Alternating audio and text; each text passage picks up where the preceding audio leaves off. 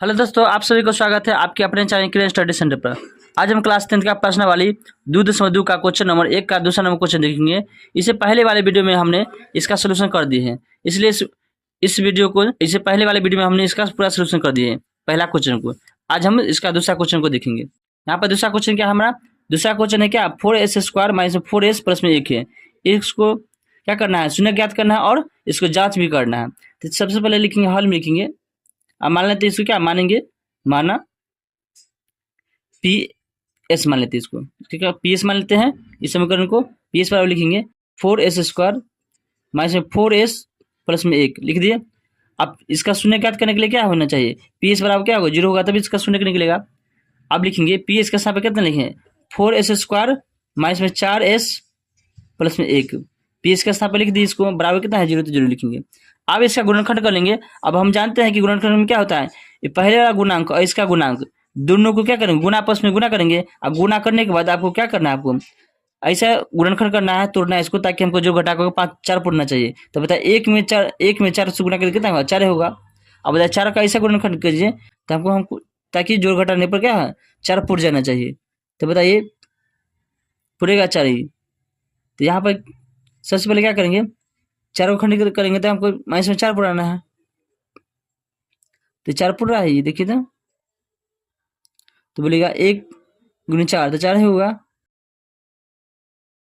और 2 2 4 खंडित क्या हो सकता है, 2 और 2 4 हो सकता है खंडित। इसको करेंगे तो हमको कितना पुराना गुना करके 4 पुराना है। तो जैसे 2 और 2 के गुना करेंगे 4 पुर गया, और 2 2 को जोड़ेंगे तो कितना हम माइनस 4 पर जाएगा। दोनों को माइनस में कर देंगे तो क्या माइनस में 4 पर जाएगा, हमको माइनस 4 ही ना पुराना है। और गुना करके प्लस में 4 पुराना है, तो इसको गुना करेंगे तो प्लस में 4 पड़ जाएगा। माइनस 2 गुने माइनस 2 तो गुना करेंगे तो प्लस में 4 पड़ गया हमको, और इसको जोड़ेंगे तो माइनस में 4 पड़ गया। तो यहाँ हमारे लिखेंगे क्या लिखेंगे 4s² माइनस में 2s माइनस में 2s प्लस में 1 लिखेंगे, बराबर कितना है 0 0 लिख दिए। अब क्या करेंगे, ये दोनों में क्या कॉमन दिखाई दे रहा है, तो बोलिएगा 4s कॉमन दिखाई दे रहा है। क्या ये दोनों में से 2s कॉमन दिखाई दे रहा है, क्या दिखाई दे रहा है कॉमन, तो बोलिएगा 2s कॉमन दिखाई दे रहा है। तो निकालेंगे तो 2s² 2s बच जाएगा, क्या बचेगा 2s बचेगा, माइनस में 1 बचेगा, नहीं बचेगा। अब ये दोनों में कॉमन क्या दिखाई दे रहा है, तो बोलेगा माइनस में 1 कॉमन दिखाई दे रहा है। तो माइनस 1 कॉमन दिखाई दे रहा है, तो बचेगा क्या 2s बचेगा अंदर में, और माइनस में 1 बचेगा, बराबर क्या है 0 होगा। ताकि गुना करेंगे तो हमको इतना पुर जाना चाहिए। अब देखिए ये दोनों में कॉमन क्या दिखाई देता है, बोलेगा 2s माइनस 1, ये में 2s माइनस 1 एक समान है, तो बाहर निकाल देंगे इसको। तो लिखेंगे 2s माइनस 1। अब बचा कितना, ये दोनों तो बाहर निकल गया, तो बचा कितना है यहाँ पे बचा 2s, और माइनस में 1 बचा, बराबर क्या है 0 होगा। अब दोनों के बराबर 0 करेंगे तो 2s माइनस 1 बराबर ये s है, ठीक है। 2s बराबर 0, तो 2s बराबर यानी माइनस इतना का प्लस होगा, तो इसलिए s बराबर कितना होगा 1/2 होगा। यहाँ पे इसका मान भी क्या होगा 2s माइनस 1 बराबर 0, तो 2s बराबर 1, तो इसलिए s बराबर क्या होगा 1/2 होगा। दोनों शून्य कितना आएगा 1/2 सेम ही आएगा, दोनों शून्य सेम ही आएगा। अब क्या करना है, जांच करना है। तो जांच करना है तो पहले क्या करेंगे, जांच करने क्या पता होगा आपको, इसका व्यापक पद क्या होता है ax² plus bx plus c, ये ओहद ना होता है ax plus bx plus c होता है। अब यहाँ पर देखिए समीकरण में a के स्थान पर देखिए, a के स्थान पर कितना है, a के स्थान पर कितना है, तो बोलिएगा 4 है, तो a के बराबर कितना लिखेंगे 4 लिखेंगे। ई समीकरण दिया है, इसमें a के स्थान पर कितना है, तो 4 है, तो 4 लिखेंगे। b के स्थान पर कितना लिखेंगे, b के स्थान पर कितना लिखेंगे, तो b के स्थान पर लिखेंगे कितना है -4 है, तो -4 लिखेंगे। और c के स्थान पर कितना है, तो बोलेगा 1 है, क्योंकि इसका व्यापक पद क्या होता है ax² प्लस में bx प्लस में c होता है। इसका व्यापक पद क्या होता है ax² प्लस में bx प्लस c होता है।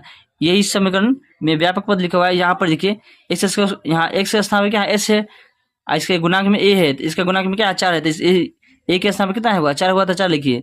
इसके गुणांक में क्या है -5, इसके गुणांक में क्या है 4 -4 है, तो -4 होगा b के स्थान पर। और इसके c का स्थान पर कितना 1 है, तो यहाँ पे c का स्थान पर 1 लिखिए। आप क्या करेंगे, अब आपको पता होगा अल्फा प्लस बीटा का फॉर्मूला क्या होता है, अल्फा प्लस बीटा का फॉर्मूला क्या होता है -b/a होता है, ये ना फॉर्मूला होता है। अब अल्फा हमारा एगो इसको माने अल्फा या इसको माने अल्फा, किसी को तुम अल्फा मान सकता है, किसी को बीटा मान सकता है। तो पहला को हम अल्फा मानते हैं, तो 1/2 अल्फा हुआ, और प्लस में बीटा का स्थान कितना है 1/2 लिखते हैं, बराबर फॉर्मूला में क्या होता है -b/a, माइनस फॉर्मूला से हुआ। अब b के स्थान पर कितना है, तो b के स्थान पर -4 है, तो -4 लिखेंगे। बटा में क्या है, एक के स्थान पे कितना है, तो एक के स्थान पे बोलेगा 4 है तो 4 लिखेंगे। अब यहाँ पे विभाजन कीजिएगा तो क्या होगा, 1 + 1 बटा में 2 होगा, बराबर प्लस में 4 बटा में 4। अब इसको देखिए 1 1 कितना होगा, 2 2 बटा में 2 बराबर 4 बटा 4। काटेंगे तो कट जाएगा दोनों, 1 बटा 1 काटेंगे तो क्या होगा, कटे 1 मतलब कट जाएगा दोनों, यानी 1 बराबर 1 हो गया। अब अगला फॉर्मूला क्या होता है, अगला फॉर्मूला होता है अल्फा इंटू बीटा, के फॉर्मूला क्या होता है, सी बटा ए होता है। अब यहाँ अल्फा के स्थान पे कितना है, 1/2 है, गुना बीटा के स्थान पे बी क्या है, 1/2 है, बराबर सी के स्थान पे कितना है, तो सी के स्थान पे बोलेगा 1 है, तो सी के स्थान पे 1 लिखेंगे। ए के स्थान पे कितना है, तो एक के स्थान पे बोलेगा 4 है, तो 4 लिख दिए। अब यहाँ पे गुना कीजिए, एक गुनी 1 देखिएगा, और 2 दूनी 4 बराबर 1/4 आ गया दोनों। तो ये हमारा आंसर होगा। आशा करते हैं ये वीडियो आपको पसंद आया होगा। वीडियो को देखने के लिए आप सभी को धन्यवाद। मिलते हैं नेक्स्ट वीडियो में। वीडियो को देखने के लिए आप सभी को धन्यवाद।